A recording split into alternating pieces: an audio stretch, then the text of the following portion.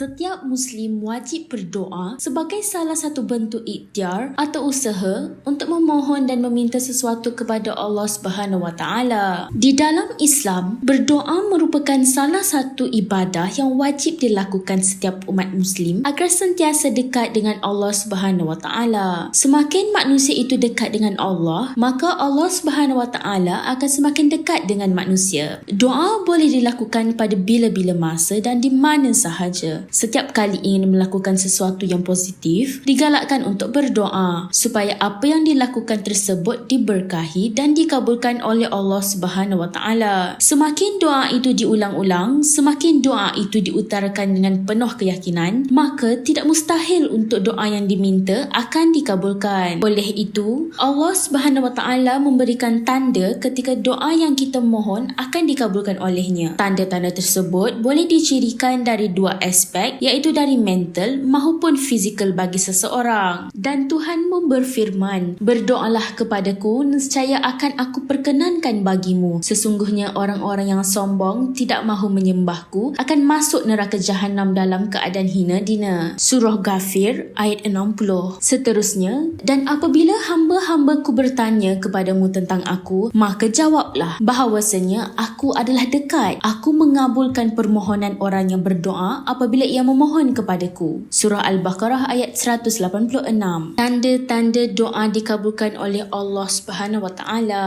Yang pertama, bertambahnya perasaan takut kepada Allah Subhanahu Wa Taala. Takut kepada Allah Subhanahu Wa Taala adalah sifat orang yang bertakwa dan juga merupakan bukti berimannya seseorang itu kepada Allah Subhanahu Wa Taala. Bagi yang melaksanakan perintah tersebut, maka ketakwaannya akan bertambah dan ketika itu ia akan memperoleh kemuliaan dan dijulukinya ke arah kebaikan sehingga menjadi salah satu tanda doa dikabulkan. Mempunyai semangat untuk beribadah. Manusia yang menjalankan ibadah dengan baik, maka sesungguhnya ia telah mentaati hakikat penciptaannya. Dari perkara ini, walau apa pun yang diberikan kepada manusia adalah kehendak dari Allah Subhanahu Wa Taala, dan dari awal manusia itu harus menggantungkan segala keinginannya dan hajatnya kepada Allah Subhanahu Wa Taala, iaitu dengan melalui doa. Tentunya doa yang terbaik ialah doa yang selalu mengikuti cara yang diajarkan oleh Al-Quran dan hadis. Jiwa menjadi tenang ketika seseorang hamba itu berdoa, tandanya dia sedang menghubungkan dirinya dengan Allah Subhanahu Wa Taala. Sebagai bentuk isyarat Allah bahawa doa kita telah diterima olehnya ialah dengan berasa tenang di hati pada diri umatnya. Yakin akan doa yang diminta termakbul. Keyakinan akan memberikan kekuatan yang tersendiri bagi orang yang berdoa. Keyakinan yang kuat tertanam di dalam hati akan meningkatkan semangat dan memberi dorongan untuk terus beribadah kepada Allah Subhanahu Wa Taala.